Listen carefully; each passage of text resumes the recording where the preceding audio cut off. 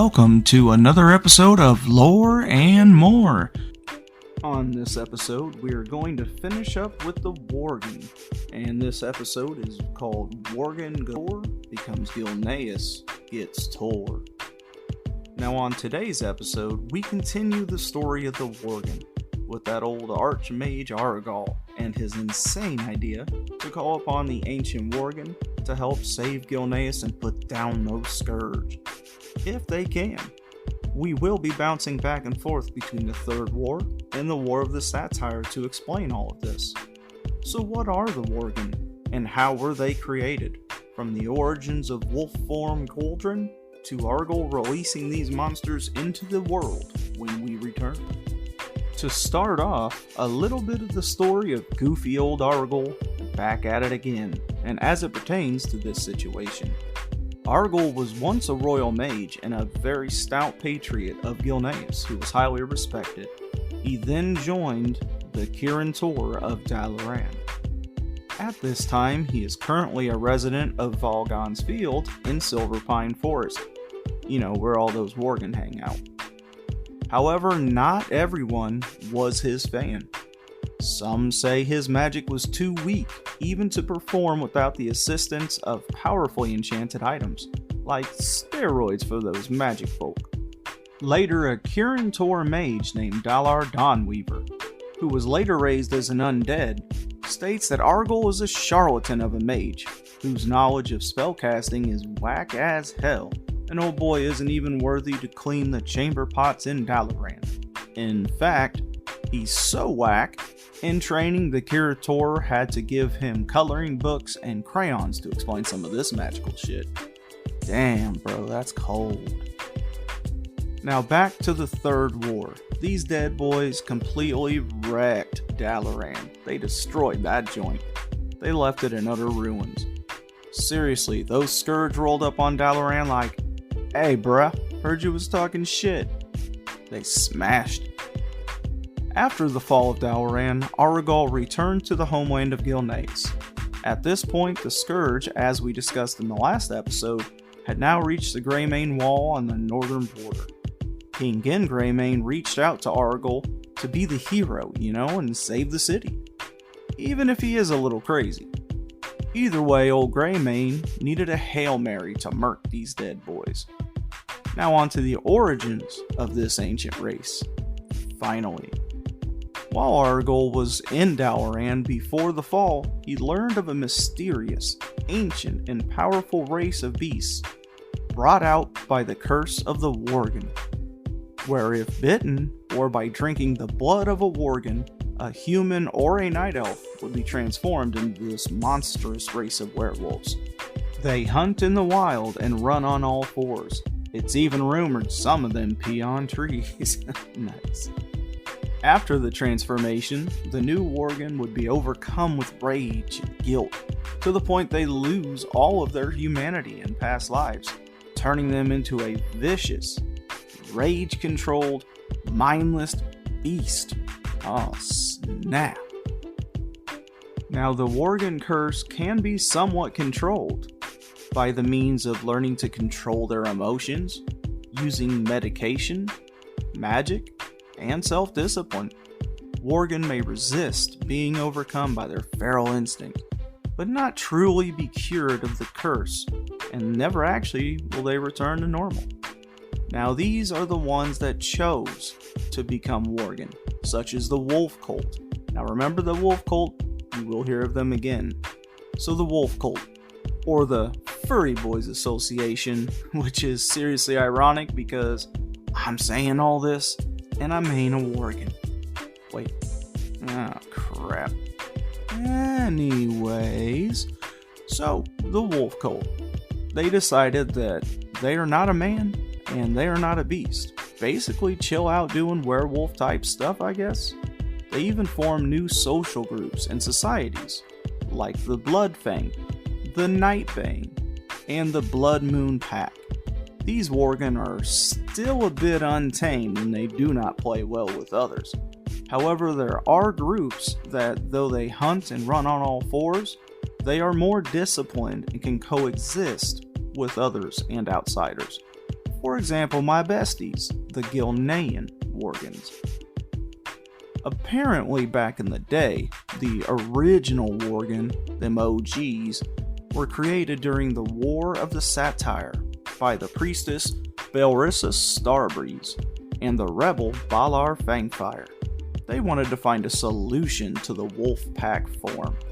This would grant them the full fury and badassery of that ancient Goldrin. Goldrin, who was a straight up uncontrollable beast. The man, the beast, whatever he was in boss mode. These druids thought that maybe we can use this and control the form using the magic of Elune. So Priestess Starbreeze created the magic Scythe of Elune. The scythe mixed with the fury of Goldrin with the power of the moon goddess. And she used this on R'hllor Fangfire and his boys, creating the official Druids of the Pack. The Druid of the Pack are the OG Worgen, first of their kind. These Worgen were extremely powerful, but hella crazy and drunk with rage. Even so, these Worgen turned the tide of the war and ended the War of the Satyr. Word on the street is, one day Malfurion Stormrage is talking mad shit about R'hllor Fangfire, who is now a boss. He is known as Alpha Prime, and Malfurion thinks he's a monstrosity. Oh no, he didn't. Alpha Prime don't play that nonsense, and he crewed up with his boys and rolled up on those night elves too. They wrecked those elves. Shit got real. Apparently, these crazy Worgen were biting the elves and turning them into Worgen too. Now this is what we call the Worgen curse. Now that shit-talking Malfurion has a real problem, because if this continues, these fools will be unstoppable. Malfurion had no choice but to end those Worgen, or banish them. Using his powers, he sent them to the Emerald Dream, which is basically a spirit world or endless slumber that's outside the physical realm. Created by the dragon aspect Ysera. I guess it's some connection with the nature realm of Ardenweald, which, not gonna lie, is in my top 5 zones in the game that I love. This is a place where they could do no harm, and that's how the rage-driven Worgen were born. Yup, true story. Now on to the Third War and the return of those Worgen. So Archmage Arugula was in possession of the Book of and was a mage of Kirin Tor before joining the Scourge. He specializes in the studies of shadow magic and studies of other worlds. The Book of contained this information, including the alien creatures later known as the Worgen. Ironically, died during the fall of Dalaran at the hands of the Scourge. So here's our boy Argyle, and he's got his magic coloring book and some crayons, and he summons those Worgen. Once summoned, the Worgen beasts did as they were brought for, and they went to war with them dead boys. Once they dispatched those undead chumps, the Worgen that were bound with uncontrollable rage went mad with bloodlust, and attacked the wizards and the humans that they fought alongside. Now after the Worgen attack, they bite and slash at every living thing they can find. Ah, shit. The curse has now begun to spread. And here we go. In the tiny hamlet sitting above Pyrewood Village sat the keep of Baron Silverlane. After the Worgen reached the keep in the mansion, it was sacked. They wrecked that shit. Now Silvermane Keep fell into ruins, knowing that unleashing these Worgen had caused so much death and carnage and terror. Argyle went mad with guilt. Rightly so, bro.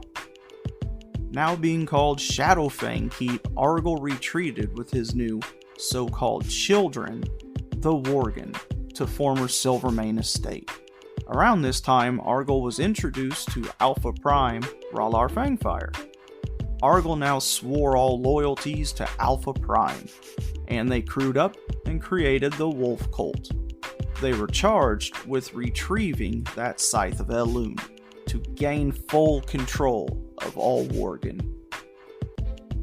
Argle cast a whack-ass curse on the civilians of Pyrewood, who now by nightfall transformed into the Worgen. Now, on to the second part. At around the same time, two storylines are taking place. So bear with me because this gets a little bit confusing. You got the Scourge tearing up the joint over in the Eastern Kingdoms, and some demonic forces over in Felwood. These fools remain from the second invasion of the Burning Legion. Now, a Night Elf Sentinel named Valende Starsong was on a mission to wreck some whack-ass demons that popped up in Felwood and refused to leave. Now, Valende prays to Elune for a sign of what to do and to defeat those demons. She rolls up to Darnassian libraries, and just like Argle did, she got her book smarts on. Now, just before she was to return to her post, she gets the answer that she needed. Now Valende has never heard of the Druids of Scythe. The who? What? Now she uses her mad detective skills, searching more and more into these Druids of the Scythe. And then she stumbles upon a journal. Now this journal happens to be the journal of Fandral Staghelm. Now this book was written after the death of his son. It described the Scythe of Elune and those wolfmen who smoke-checked fools in the War of Satires. Hold up, Valinda thought. I remember back in the day that my aunt spoke of an ancient artifact before her death that she was trusted to protect in secret. Could this journal be speaking of the same artifact from those childhood stories? Now, I'm no Dick Tracy, but 2 + 2 = 4. Or is it 5? I'm just kidding. So things start adding up, and she figures this could be the thing she needs, the very same artifact. So she goes to investigate the tomb of her aunt. At the tomb, she prayed hard again to Elune, but this time she got a surprise. Bam! She granted the Scythe. The Scythe of Elune. Yes, the same one that created the Worgen. That one. This meant that now she could summon the Worgen to battle once again. Sweet. Upon receiving the Scythe, Valinda started having a vision that the Worgen would soon be engulfed in a horrific battle against some jokers called the Lords of the Emerald Flame. Ah, snap, another one. Now hold up. Aren't these fools really the Satire? The same ones they fought against the Night Elves and the Worgen in the Battle of the Satire we talked about earlier? Think so. Now to the interesting part. So she summons up 30 hardcore Worgens to whoop some demon booty. But later in the battle, Valinda is like, hold up a second. Some of these Worgen aren't around. Where are they? They're not where they should be. Some are accounted for. They went AWOL. Man, that's not good. And then she had the realization that the Scythe was now doing its own thing and no longer needed her to summon and control the Worgen. Ah, no. Now, rightfully so, Valinda is all sorts of freaked out. So she orders the remaining Worgen to sit at the shrine of Melthandris in Ashenvale and wait while she tries to find that chump Archmage Argle, because he summoned the Worgen himself, and she kinda needs some pointers and tips on how to properly house train these Worgen. You know, like, good boy, sit, stay. I think that works with Worgen. I don't know, I don't have the user manual myself. Valinda thought it would be a good idea to track him down at Shadowfang Keep, because she needed to holler at Archmage Argle for help. Yeah, that's a good idea. On her way, her travels took her to Booty Bay. So Valinda hops off the boat in Goblin Town Booty Bay, and on the arrival, she sent a letter of intent to Shadowfang Keep of her pending visit, but it never makes it to the pack leaders. What she did not know is that Goofy Argle had already made an alliance with Alpha Prime. she had no idea that Shadowfang Keep was the new base of operations for that newly formed wolf cult. So the letter was intercepted by Varkas, who just happened to be besties with Alpha Prime, who was already as well searching for that scythe. So in a total dick move, Varkas gets his iPhone out. Not really, they didn't have those. He texts his assassin homies. He's like, "Psst, bruh, this Valendi Starsong chick got to go. Ghost her." So Varkas and two of his boys roll out hell-bent on intercepting Starsong and jacking that staff. Valendi went north from Booty Bay, and her caravan ends up in creepy-ass ghost town of Duskwood.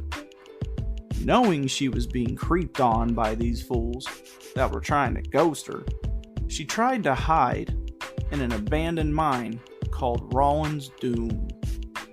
But the creepers creeped as creepers do, and cornered her in the mine, and they attacked. Damn, it's like that? Prison rules. They straight trying to shank her ass. During the attack, Varkas and two of his homies, Belinda messed up and dropped her torch on some old dynamite. Oh shit. I mean, who leaves that shit out? Well, they went boom. All four ghosted. Dead as hell. Not gonna lie, that's pretty funny.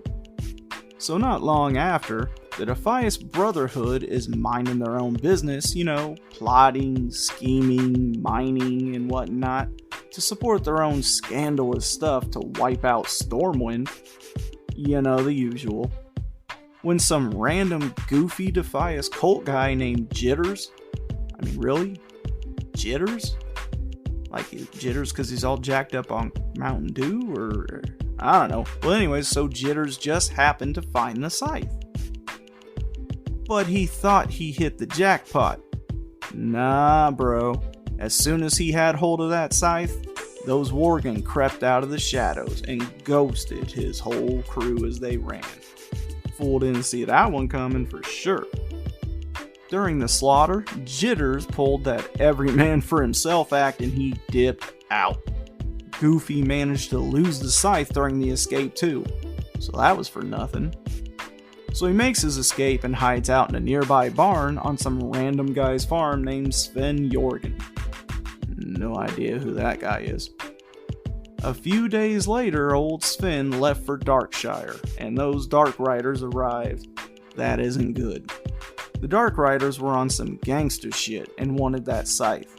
And when Sven's wife tried to leave them away from the home to save her children, nope, they killed her and her kids. Man, that's cold.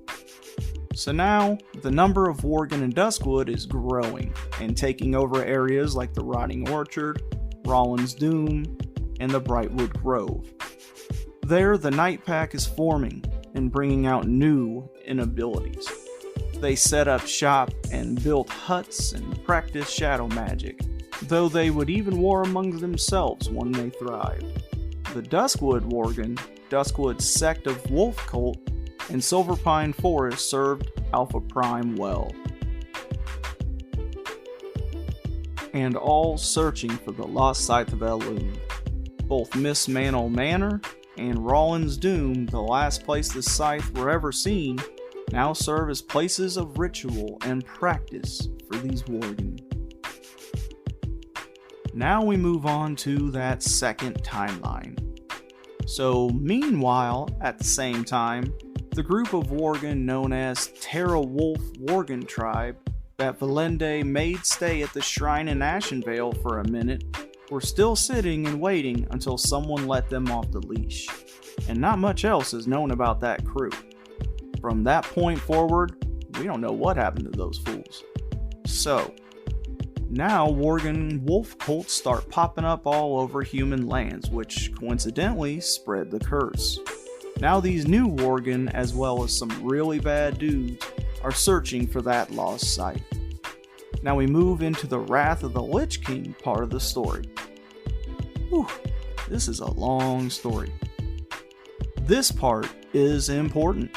25 years after the Dark Portal opening, Archmage Argyll gets ghosted.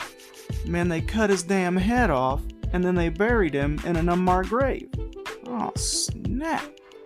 And then upon his death, his Worgen go AWOL in Silverpine Forest and go full-on wild beast mode.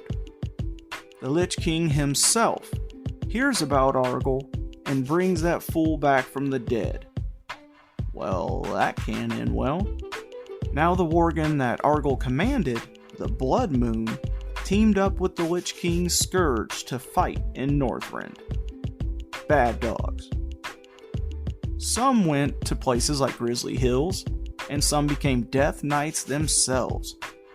Not gonna lie, my Worgen Death Knight, his name is Lich Slappin', is pretty awesome. Now some Worgen with the aid of the Night Elves completed the Ritual of Balance, and were now able to control the curse, which means they can live a semi-normal life. And now with the Lich King ghosted, the indomitable will shattered those Worgen under his command after the battle at Light's Hope Chapel.